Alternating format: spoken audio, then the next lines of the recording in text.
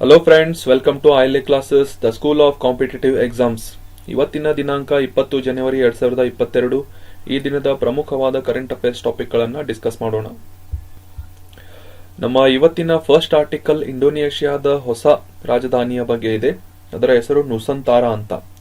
Recent ಆಗಿ ಇಂಡೋನೇಷ್ಯಾದ parliament ಒಂದು ಲಾ ಅನ್ನ ಅಪ್ರೂವ್ ಮಾಡಿದ್ದು.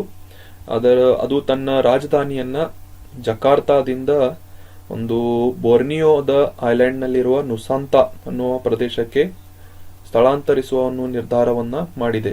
ಇದು ಈಗ ಎಕ್ಸಿಸ್ಟಿಂಗ್ ರಾಜಧಾನಿಯಾಗಿದ್ದ ಜಕಾರ್ತಾ, ಇದು ಇಂಡೋನೇಷ್ಯಾದ ಒಂದು ದ್ವೀಪ ಜಾವಾ, ಇಲ್ಲಿ ನೋಡಬಹುದು.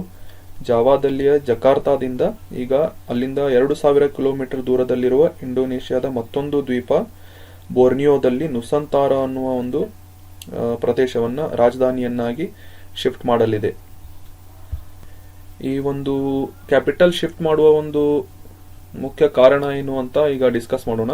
ಅದಕ್ಕಿಂತ ಮುಂಚೆ, the house of representatives vote provides the legal framework for the move which was the first tipped by president Joko Widodo. ಅಲ್ಲಿಯ ಪ್ರೆಸಿಡೆಂಟ್ ಜೋಕೋ ವಿಡೋಡೋ 2019 ಏಪ್ರಿಲ್ನಲ್ಲಿ ಇದರ ಒಂದು ಪ್ರಪೋಸಲ್ನ ಇಟ್ಟಿದ್ರು. ದ ರೀಸನ್ ಈಗ ನೋಡ್ಕೋಣ.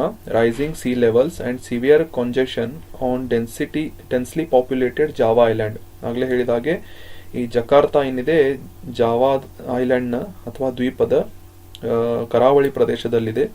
ಸೊ ರೈಸಿಂಗ್ ಸಿ ಲೆವೆಲ್ ಅಂತಂದ್ರೆ ಸಮುದ್ರ ಮಟ್ಟ ಒಂದು ಏರಿಕೆ ಆಗುವುದು ಒಂದು ರೀಸನ್ ಆದ್ರೆ, ಇನ್ನೊಂದು ಅಂದ್ರೆ ಈ ಜಕಾರ್ತಾ ಒಂದು ಊರಿನಲ್ಲಿ, ಕ್ಯಾಪಿಟಲ್ ನಲ್ಲಿ ಕಂಜೆಷನ್ ಅಥವಾ ಪಾಪ್ಯುಲೇಷನ್ ಜಾಸ್ತಿ ಆಗಿದ್ದರಿಂದ, ಅದರ ಒಂದು ಸಾಂದ್ರತೆ ಹೆಚ್ಚಿದ್ದ ಕಾರಣಕ್ಕಾಗಿ ಈ ಒಂದು ನಿರ್ಧಾರವನ್ನ ಪ್ರೆಸಿಡೆಂಟ್ ಜೋಕೋ ವಿಡೋಡೋ 2019 ಇದನ್ನ ಪ್ರಪೋಸ್ ಮಾಡಿದ್ರು. ಈ ಹವಾಮಾನದ ಬದಲಾವಣೆಯ ಒಂದು ಕಾರಣಕ್ಕೋಸ್ಕರ ಈ ಒಂದು ಜಕಾರ್ತಾ ಐಲ್ಯಾಂಡ್ ನಲ್ಲಿ, ಜಾವಾ ಐಲ್ಯಾಂಡ್ ನಲ್ಲಿರುವ ಜಕಾರ್ತಾ ಕ್ಯಾಪಿಟಲ್ ನಲ್ಲಿ ಸಾಕಷ್ಟು ಫ್ಲಡಿಂಗ್ಸ್ ಅಂತಂದ್ರೆ ಪ್ರವಾಹದ ಒಂದು ಪ್ರಮಾಣ ಜಾಸ್ತಿ ಆಗ್ತಾ ಇತ್ತು. ಅಟ್ ದ ಸೇಮ್ ಟೈಮ್ 30 ದಶಲಕ್ಷ ಜನರನ್ನ ಹೊಂದಿರುವ ಈ ಒಂದು ಜಕಾರ್ತಾ ಸಿಟಿ ಏನಿದೆ, ಅಲ್ಲಿ ಸಾಕಷ್ಟು ಇನ್ಫ್ರಾಸ್ಟ್ರಕ್ಚರ್ ಪ್ರಾಬ್ಲಮ್ಗಳು ಕೂಡ ಬರ್ತಾ ಇದ್ವು. ಸೊ ಈ ಒಂದು ರೀಸನ್ಗಾಗಿ ನುಸಂತಾರಾವನ್ನ ಹೊಸ ರಾಜಧಾನಿಯನ್ನಾಗಿ ಘೋಷಿಸಿದೆ. The new capital will cover about 56,180 hectares in East Kalimantan province on Indonesian part of Borneo. ಆಗಲೇ ತಿಳಿಸಿದ ಹಾಗೆ ಈ ಬೋರ್ನಿಯೋ ಏನಿದೆ ಈ ಒಂದು ಇಂಡೋನೇಷ್ಯಾದ ಒಂದು ದ್ವೀಪ ಆಗಿದ್ದು, ಇದು ಸಾಕಷ್ಟು ಎಕ್ಸಿಸ್ಟಿಂಗ್ ಜಕಾರ್ತಾಗಿಂತ, ಜಾವಾ ಐಲ್ಯಾಂಡ್ಗಿಂತ ಸಾಕಷ್ಟು ದೊಡ್ಡದಾಗಿದೆ.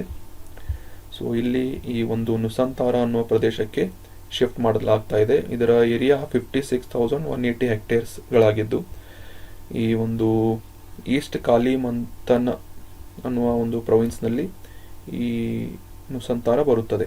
ಸೊ ನೆನ್ಪಿಟ್ಕೊಳ್ಳಿ, ಇಂಡೋನೇಷ್ಯಾದ ಹೊಸ ರಾಜಧಾನಿ Nusantara, which exist in island of Indonesia called Borneo.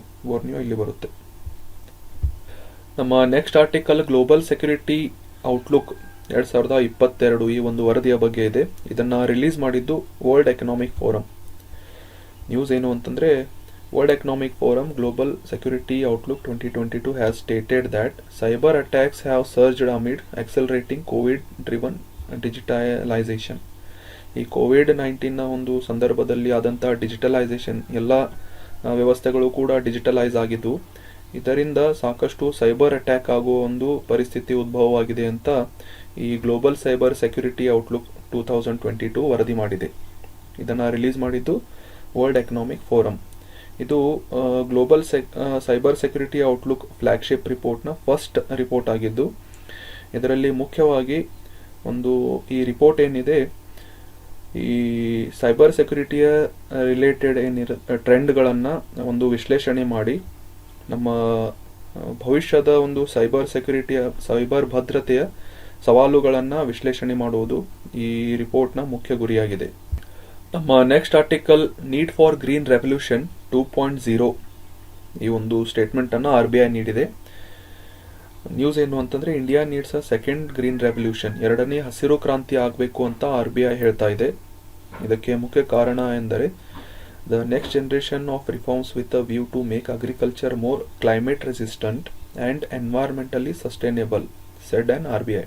RBI ಪ್ರಕಾರ ನಮ್ಮ ಕೃಷಿಯನ್ನು ಒಂದು ಕ್ಲೈಮೇಟ್ ರೆಸಿಸ್ಟೆನ್ಸ್ ಅಥವಾ ಹವಾಮಾನ ನಿರೋಧಕವನ್ನಾಗಿ ಮಾಡಲು ಮತ್ತು ಪರಿಸರದ ಒಂದು ಸಸ್ಟೈನೇಬಲಿಟಿ ಅಂತಂದರೆ ಸುಸ್ಥಿರವನ್ನು ಕಾಪಾಡಿಕೊಳ್ಳಲು ಈ ಎರಡನೇ ಗ್ರೀನ್ ರೆವಲ್ಯೂಷನ್, ಎರಡನೇ ಹಸಿರು ಕ್ರಾಂತಿ ಆಗುವ ಒಂದು ತರುವ ಒಂದು ಮುಖ್ಯ ಸಾಧ್ಯತೆಗಳ ಬಗ್ಗೆ RBI ಹೇಳಿದೆ. Agriculture has traditionally been the source of basic sustenance of 70% of population which resides in rural India. ಭಾರತದ ಗ್ರಾಮೀಣ ಪ್ರದೇಶದಲ್ಲಿ ವಾಸವಾಗಿರುವಂಥ 70% ಜನರಿಗೆ ಈ ಕೃಷಿ ಏನಿದೆ ತಮ್ಮ ಲೈವ್ಲಿಹುಡ್ಗೆ ಮುಖ್ಯವಾದ ಒಂದು ಕಾರಣ ಅಥವಾ ಸಂಪನ್ಮೂಲವಾಗಿದೆ. The second green revolution is a change in agriculture production widely thought necessary to feed and sustain the growing population on earth. ಭೂಮಿಯ ಮೇಲೆ ಬೆಳೆಯುತ್ತಿರುವ ಒಂದು ಜನಸಂಖ್ಯೆಯ ಪ್ರಮಾಣದಿಂದಾಗಿ ಆ ಒಂದು ಜನರಿಗೆ ಆಹಾರದ ಪೂರೈಕೆಯನ್ನು ಮಾಡುವುದು ಮತ್ತು ಸುಸ್ಥಿರತೆಯನ್ನು ಕಾಪಾಡಿಕೊಳ್ಳುವುದು ಈ ಗ್ರೀನ್ ರೆವಲ್ಯೂಷನ್ನ ಮುಖ್ಯ ಒಂದು ಗುರಿಯಾಗಿರಬೇಕು ಅಂತ RBI ಅಭಿಪ್ರಾಯಪಟ್ಟಿದೆ.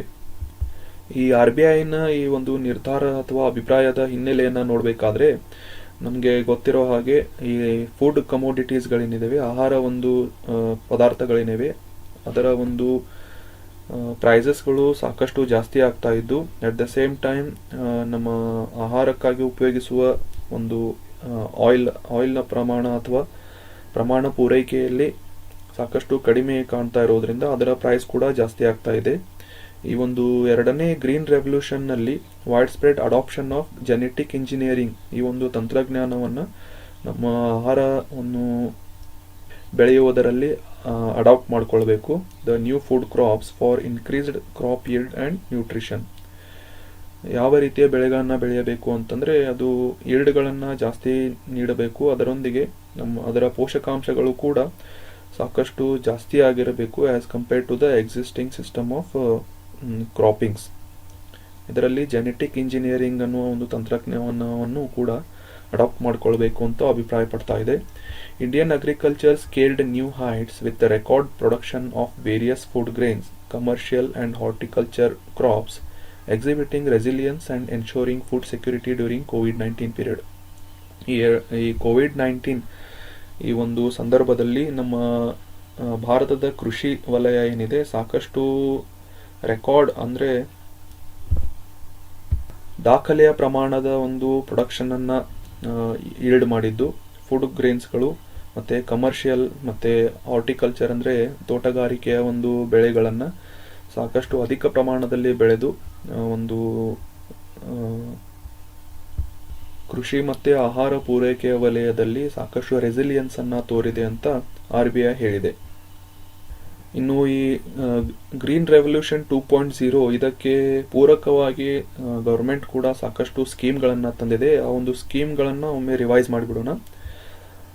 ಫಸ್ಟ್, ಪ್ರಧಾನ ಮಂತ್ರಿ ಕಿಸಾನ್ ಸಮ್ಮಾನ್ ನಿಧಿ ವರ್ಷಕ್ಕೆ 6,000 ರೂಪಾಯಿಗಳಷ್ಟು ರೈತರಿಗೆ ನೀಡುವ ಒಂದು ಸ್ಕೀಮನ್ನು ತರಲಾಗಿತ್ತು. 4 ಕಂತುಗಳಲ್ಲಿ ಪ್ರತಿ 4 ತಿಂಗಳಿಗೆ ಒಮ್ಮೆ 2,000 ರೂಪಾಯಿಗಳನ್ನು ರೈತರ ಒಂದು ಕುಟುಂಬಕ್ಕೆ ಡೈರೆಕ್ಟ್ ಬೆನಿಫಿಟ್ ಈ ಒಂದು ವ್ಯವಸ್ಥೆಯ ಮೂಲಕ ಈ PM ಕಿಸಾನ್ ಸ್ಕೀಮನ್ನು ತರಲಾಗಿದೆ.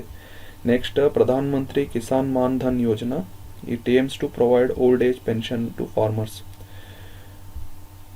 ವಯಸ್ಸಾದ ರೈತರಿಗೆ ಒಂದು ಫೆಸಿಲಿಟಿ ಅಥವಾ ಒಂದು ಪಿಂಚಣಿಯನ್ನು ನೀಡುವ ಒಂದು ವ್ಯವಸ್ಥೆಯನ್ನು ಈ ಪ್ರಧಾನ ಮಂತ್ರಿ ಕಿಸಾನ್ ಮಾನ್ ಧನ್ ಯೋಜನಾ ನೀಡಿದೆ. ನೆಕ್ಸ್ಟ್, ಪ್ರಧಾನ ಮಂತ್ರಿ ಫಸಲ್ ಬಿಮಾ ಯೋಜನಾ. ಇದು ಒಂದು ಇನ್ಶೂರೆನ್ಸ್ ಕವರ್ ಮಾಡುವ ಒಂದು ಸ್ಕೀಮ್ ಆಗಿದ್ದು 2016ರ ಖಾರಿಫ್ ಈ ಒಂದು ಸೀಸನ್ನಲ್ಲಿ ಇದನ್ನು ಲಾಂಚ್ ಮಾಡಲಾಗಿತ್ತು. ಇದರಲ್ಲಿ ಮುಖ್ಯವಾಗಿ ಗಮನಿಸಬೇಕಾದಂಥ ಅಂಶ ಏನು ಅಂತಂದರೆ ಈ Pradhan Mantri Fasal Bima ಯೋಜನಾದಲ್ಲಿ post harvest risk ಅನ್ನು ಕೂಡ ಈ ಇನ್ಶೂರೆನ್ಸ್ ಕವರ್ ಮಾಡಲಾಗುತ್ತೆ with a low premium contribution by farmers. ಈ ಪ್ರೀಮಿಯಂ ಕೂಡ ಸಾಕಷ್ಟು ಕಡಿಮೆ ಇರುತ್ತೆ which is paid by farmers. Post harvest ಅಂತಂದರೆ ಈ ರಾಶಿ ಮಾಡಿದ ನಂತರದ ಏನು ಒಂದು ರೈತರಿಗೆ ನಷ್ಟವಾಗುವ ಸಾಧ್ಯತೆಗಳಿರುತ್ತವೆ, ಆ ಒಂದು ನಷ್ಟಗಳನ್ನು ಕೂಡ ಈ ಒಂದು ಇನ್ಶೂರೆನ್ಸ್ನಲ್ಲಿ ಕವರ್ ಮಾಡಲಾಗುತ್ತೆ. ಸೊ ಇದು Pradhan Mantri Fasal Bima Yojana. Next scheme per drop more crop initiative. Under it drip sprinkler irrigation.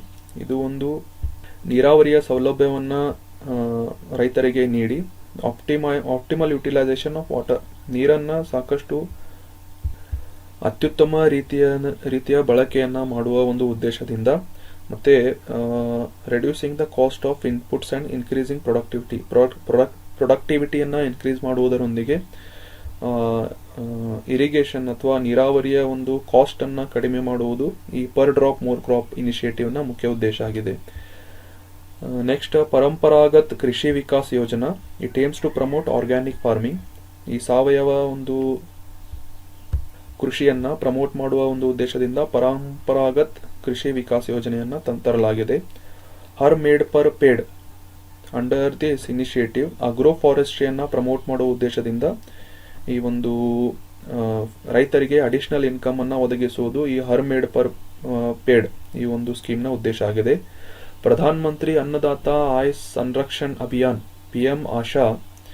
It is aimed at ensuring remunerative prices to farmers for their produce as announced in the Union Budget 2018. ಈ ಒಂದು ಸ್ಕೀಮನ್ನು union budget 2018ರಲ್ಲಿ ತರಲಾಗಿತ್ತು. ಇದರ ಮುಖ್ಯ ಉದ್ದೇಶ ಏನಂತಂದರೆ, ರೈತರು ಏನು ಬೆಳೆ ಬೆಳೆದಿರ್ತಾರೆ ಅದಕ್ಕೆ ಲಾಭದಾಯಕವಾದ ಒಂದು ಬೆಲೆಯನ್ನು ಒದಗಿಸುವುದು ಈ ಪ್ರಧಾನ ಮಂತ್ರಿ ಅನ್ನದಾತ ಆಯ್ ಸಂರಕ್ಷಣ್ ಅಭಿಯಾನ್ನ ಮುಖ್ಯ ಉದ್ದೇಶ ಆಗಿದೆ. Next Kisan credit card. The government has extended the facility of KCC, Kisan Credit Card, to the farmers practicing animal husbandry and fisheries related activities. ಈ ಕಿಸಾನ್ ಕ್ರೆಡಿಟ್ ಕಾರ್ಡನ್ನು ಈ ಪಶು ಸಂಗೋಪನೆ ಮಾಡುವ ರೈತರಿಗೆ ಮತ್ತು ಈ ಮೀನುಗಾರಿಕೆಯನ್ನು ಮಾಡುವ ಚಟುವಟಿಕೆಯನ್ನು ಮಾಡುವ ರೈತರಿಗೂ ಕೂಡ ಈ ಒಂದು ಕಿಸಾನ್ ಕ್ರೆಡಿಟ್ ಕಾರ್ಡ್ ಫೆಸಿಲಿಟಿಯನ್ನು ಎಕ್ಸ್ಟೆಂಡ್ ಮಾಡಲಾಗಿದೆ. Next scheme operation greens. It aims to address price volatility of perishable commodity. Perishable ಕಮೋಡಿಟಿಗಳಾದ ಟೊಮೆಟೊ ಆಗಿರ್ಬೋದು, ಈರುಳ್ಳಿ ಆಗಿರ್ಬೋದು, ಪೊಟ್ಯಾಟೊ ಅಥವಾ ಆಲೂಗಡ್ಡೆ ಆಗಿರ್ಬೋದು, ಇವುಗಳ ಒಂದು ಪ್ರೈಸ್ ಏನಿರುತ್ತೆ ವೊಲಾಟೈಲ್ ಆಗ್ತಾ ಇರುತ್ತೆ, ಫ್ಲಕ್ಚುಯೇಟ್ ಆಗ್ತಾ ಇರುತ್ತೆ. ಸೊ ಅದನ್ನು ಒಂದು ಸಸ್ಟೈನ್ ಮಾಡುವ ಒಂದು ಉದ್ದೇಶದಿಂದ ಆಪರೇಷನ್ ಗ್ರೀನ್ಸ್ ಇದನ್ನು ಲಾಂಚ್ ಮಾಡಲಾಗಿದೆ. Next PM Kisan Sampada Yojana. It aims to promote food processing in holistic manner. ಈ ಫುಡ್ ಪ್ರೊಸೆಸಿಂಗ್ ಮಾಡುವ ಉದ್ದೇಶದಿಂದ PM ಕಿಸಾನ್ ಸಂಪದಾ ಯೋಜನಾವನ್ನು ತರಲಾಗಿದೆ. Initiating national agriculture market (NAM). It is a pan-India electronic trading portal which networks the existing APMC mandis to create a unified national market for agriculture commodities. Agriculture ಕಮೋಡಿಟಿಗಳನ್ನು sell ಮಾಡಲು ಒಂದು unified ಆಗಿರುವಂಥ ಪೋರ್ಟಲನ್ನು ಸಿದ್ಧಪಡಿಸಿದ್ದು ಈ NAM ಅನ್ನುವ ವ್ಯವಸ್ಥೆಯಿಂದ APMC ಮಾರ್ಕೆಟ್ಗಳೇನಿರ್ತವೆ ಅವನ್ನು all India ಒಂದೇ ರೀತಿಯ ಒಂದು ಬೆಲೆಯನ್ನು ತರುವ ಉದ್ದೇಶದಿಂದ ಈ ಇನಿಷಿಯೇಟಿಂಗ್ ನ್ಯಾಷನಲ್ ಅಗ್ರಿಕಲ್ಚರ್ ಮಾರ್ಕೆಟ್ ಅಥವಾ NAM ಅನ್ನು ಲಾಂಚ್ ಮಾಡಲಾಗಿತ್ತು.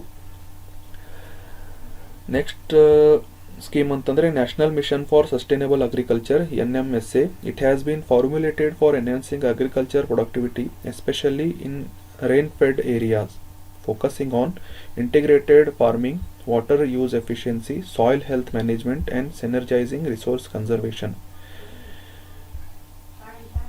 ಈ ಮಳೆಯ ಪ್ರಮಾಣ ಕಡಿಮೆ ಇರುವ ಒಂದು ಪ್ರದೇಶಗಳಲ್ಲಿ ಈ ಸಾಕಷ್ಟು ವಿವಿಧೋದ್ದೇಶವನ್ನು ಹೊಂದಿದ ಒಂದು ಮಿಷನ್ ಆಗಿದ್ದು, ಸಸ್ಟೈನಬಲ್ ಅಗ್ರಿಕಲ್ಚರ್ ಅಥವಾ ಸುಸ್ಥಿರವಾದಂಥ ಕೃಷಿಯನ್ನು ಮಾಡುವ ಉದ್ದೇಶದಿಂದ ನೀರಿನ ಸರಿಯಾದ ಉಪಯೋಗವನ್ನು ಮಾಡಿಕೊಳ್ಳುವುದು ಮತ್ತು ಸಾಯಿಲ್ ಹೆಲ್ತ್ ಮ್ಯಾನೇಜ್ಮೆಂಟ್ ಅಥವಾ ಮಣ್ಣಿನ ಒಂದು ಗುಣಮಟ್ಟವನ್ನು ಮ್ಯಾನೇಜ್ ಮಾಡುವ ಉದ್ದೇಶದಿಂದ ಈ ಒಂದು ಮಿಷನನ್ನು ಲಾಂಚ್ ಮಾಡಲಾಗಿದೆ.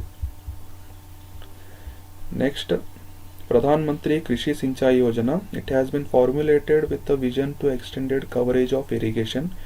ನಮ್ಮ ನೀರಾವರಿ ವ್ಯವಸ್ಥೆಯನ್ನು ಸಾಕಷ್ಟು ಆ ಕವರೇಜನ್ನು ಜಾಸ್ತಿ ಮಾಡುವ ಉದ್ದೇಶದಿಂದ ಹರ್ ಖೇತ್ ಕೋ ಪಾನಿ ಮತ್ತು improving water use efficiency, more crop per drop, ಪ್ರತಿ ಹನಿಗೆ ಹೆಚ್ಚು ಬೆಳೆಯನ್ನು ಬೆಳೆಯುವ ಉದ್ದೇಶದಿಂದ ಈ ಇರಿಗೇಷನ್ ಅಥವಾ ನೀರಾವರಿಯ ಒಂದು ಸೌಲಭ್ಯವನ್ನು ಒದಗಿಸುವ ಉದ್ದೇಶದಿಂದ ಈ ಪ್ರಧಾನ್ ಮಂತ್ರಿ ಕೃಷಿ ಸಿಂಚಾಯಿ ಯೋಜನೆಯನ್ನು ತರಲಾಗಿದೆ. So that was all about need for green revolution. ಈ RBI ಈ ಎರಡನೇ ಗ್ರೀನ್ ರೆವಲ್ಯೂಷನ್ ಅಥವಾ ಹಸಿರು ಕ್ರಾಂತಿಯನ್ನು ಮಾಡಬೇಕು ಅಂತ ಅಭಿಪ್ರಾಯಪಟ್ಟಿದೆ. ಅಟ್ ದ ಸೇಮ್ ಟೈಮ್ ನಾವು ಗೌರ್ಮೆಂಟ್ನಿಂದ ತರಲಾದ ಸಾಕಷ್ಟು ಕೃಷಿ ಕ್ಷೇತ್ರಕ್ಕೆ ರಿಲೇಟೆಡ್ ಆಗಿರುವ ಸ್ಕೀಮ್ಗಳ ಬಗ್ಗೆ ಕೂಡ ಡಿಸ್ಕಸ್ ಮಾಡಿದ್ವಿ.